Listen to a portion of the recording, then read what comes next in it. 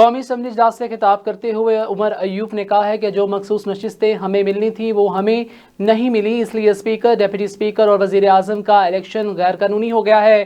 ہم نے آئین کے تحت جو نقطہ اٹھایا تھا یہ ہاؤس ان آرڈر نہیں ہے، لیکن راجہ پرویز اشرف نے اس نقطے کو بلڈوز کیا۔ سنی اتحاد کونسل کے امیدوار عمر ایوب کا کہنا ہے کہ یہ پی ڈی ایم کی حکومت کا تسلسل ہے اور ایک فاشسٹ حکومت ہے۔ اس حکومت کا کوئی نظریہ نہیں، لوٹ مار کرنا ہے۔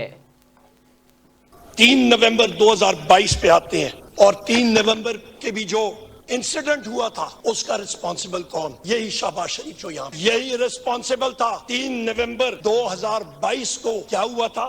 آپ سب کی ذرا یادداشت تازہ کروں۔ یہاں پہ احمد چٹھا صاحب بیٹھے ہوں گے، اٹھے ذرا احمد چٹھا صاحب۔ یہ میرا بھائی عمران خان صاحب کے ساتھ کھڑا تھا، ان کو گولیاں لگی تھی، میرے لیڈر میرے قائد کو 4 گولیاں لگی تھی جناب اسپیکر، ان پہ قاتلانہ حملہ ہوا تھا، ان کو اللہ تعالیٰ نے بچایا، ہمارے باقی ساتھیوں کو لگی تھی، زخمی ہوئے، ایک شخص ہمارا شہید ہو گیا۔ یہ تو معجزہ ہوا۔ میں بالکل کنٹینر کے پیچھے میری گاڑی ادھر ہی میں پہنچا تھا، فائرنگ کی آواز سنی، اس وقت میں اندر گیا، اوپر سے عمران خان صاحب کو اٹھا کے لا رہے تھے، خونوں خون تھے، اور اس شخص نے جناب اسپیکر اوئے اوئے آپ کی بات کرتا ہوں نا، جو اوئے اوئے کرتے ہیں ان کی ٹانگوں میں 4 گولیاں مارے، میں دیکھتا ہوں کیا